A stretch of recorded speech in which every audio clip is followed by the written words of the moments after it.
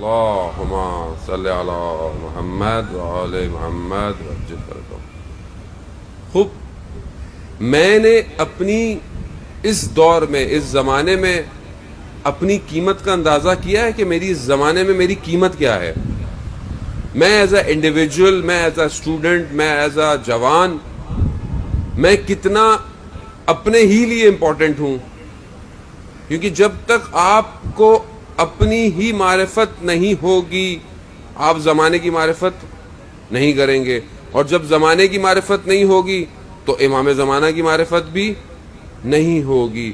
جب تک مجھے یہی نہ پتا ہو کہ میں کتنا امپورٹنٹ ہوں، مثلا آپ کسی بھی ڈپارٹمنٹ میں پڑھتے ہیں، آپ کو یہ اندازہ ہی نہ ہو کہ میرا ڈپارٹمنٹ کی کیا کیپیسٹی ہے، اس ڈپارٹمنٹ کا فیوچر کیا ہے، اس ڈپارٹمنٹ کا اسٹوڈنٹ کیا کیا کر سکتا ہے، اس ڈپارٹمنٹ سے کتنے اور سبجیکٹس کو میں پڑھ سکتا ہوں یا میں پڑھا سکتا ہوں، یا یہ ڈپارٹمنٹ کتنا امام زمانہ کے کام آئے گا، کتنا سوچا ہے میں نے آج تک، یا بس مطلب ایڈمیشن لے لیا، بس لے لیا، پڑھنا ہے، مجبوری ہے۔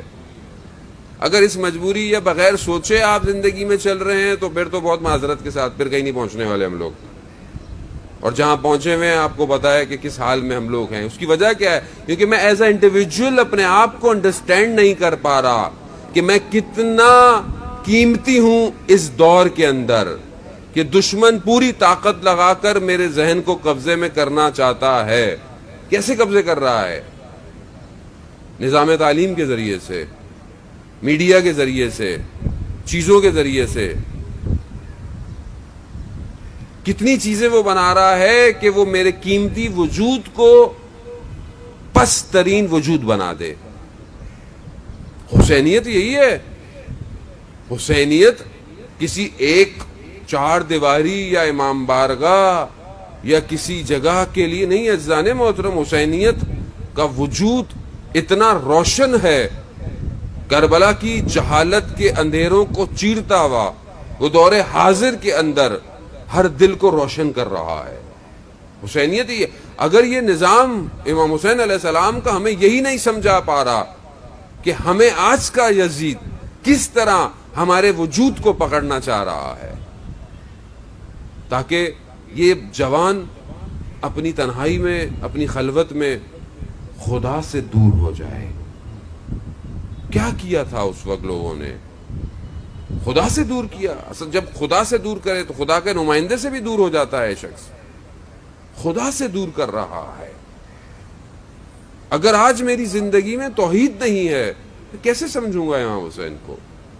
امام حسین نے کوئی نیا کام نہیں کیا تھا۔ امام حسین علیہ السلام یہی فرما رہے تھے کہ میں اپنے جد اور اپنے بابا کی سنت کو زندہ کرنے جا رہا ہوں، امر بالمعروف کرنے جا رہا ہوں۔ تو میں کیسے کروں گا کہ جس معاشرے میں میڈیا، ٹی وی یہ سب اسلام کی دھجیاں اڑا رہا ہو، خاندان کا سٹرکچر تباہ ہو رہا ہو، جوان کی خلوت گناہوں سے بڑھتی جا رہی ہو، جوان کی فجر کی نماز قضا ہو رہی ہو، اس کے گھر میں قرآن کی تلاوت نہ ہو، اسے خدا کا خوف نہ ہو، چاہے وہ بازار میں ہو، چاہے وہ گلی میں ہو، چاہے وہ یونیورسٹی میں ہو، خدا نہ ہو اس کی زندگی میں، اس سے بڑا فقدان کیا ہے؟ اور یزید کیا چاہتا تھا؟ یزید نے کیا کیا؟ یزید نے یہی تو کیا، وہی کا انکار کیا، کہا یہ سب بنی ہاشم کا ڈھونگ تھا۔ کیوں کہہ رہا تھا؟ اصل میں ختم کرنا چاہ رہا تھا دین کو۔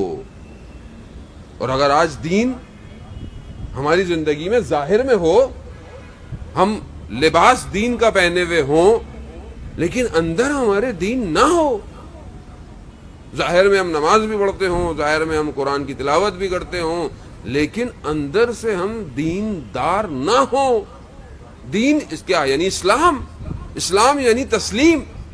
جب ہم تسلیم ہی نہیں ہے خدا کے اوپر، راضی نہیں ہے جسے خدا ہمیں دے رہا ہے، تو پھر ہم کس طرح اپنے وقت کے امام تک عزیزان محترم پہنچیں گے؟ وقت کا امام چاہے وہ کوئی بھی فرقہ ہو، حتیٰ دوسرے جو ادیان ہیں زندہ، وہ سب آخری کا انتظار کر رہے ہیں. کسی کے ہاں پیدا ہوں گے, کسی کے ہاں پیدا ہو چکے ہیں, کسی کے ہاں کوئی نام ہے, کسی کے ہاں کوئی نام, ہر کوئی ایک الگ نام سے, مگر شخصیت ایک ہی ہے, ایک ہی شخصیت ہے. اور یہ وہ واحد مشترک شخصیت ہے جو پوری دنیا کے انسانوں کو جوڑ سکتی ہے.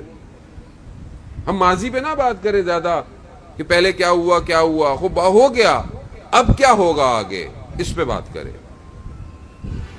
حسینیت جوڑنے کا درس دیتی ہے, حسینیت تفرقے کا درس نہیں ہے. عزیزان محترم, حسینیت دعوت ہے, دعوت عام ہے. ہندو ہو, مسیح ہو, جو بھی ہو, امام حسین کے نام پر. کیوں؟ کیونکہ امام حسین نے قربانی ایسی دی ہے, سیکریفائس ایسا کیا ہے کہ ہر شخص چاہے جس مذہب سے اس کا تعلق ہو, وہ اس بات کو سمجھ کر امام حسین سے جڑ رہا ہے.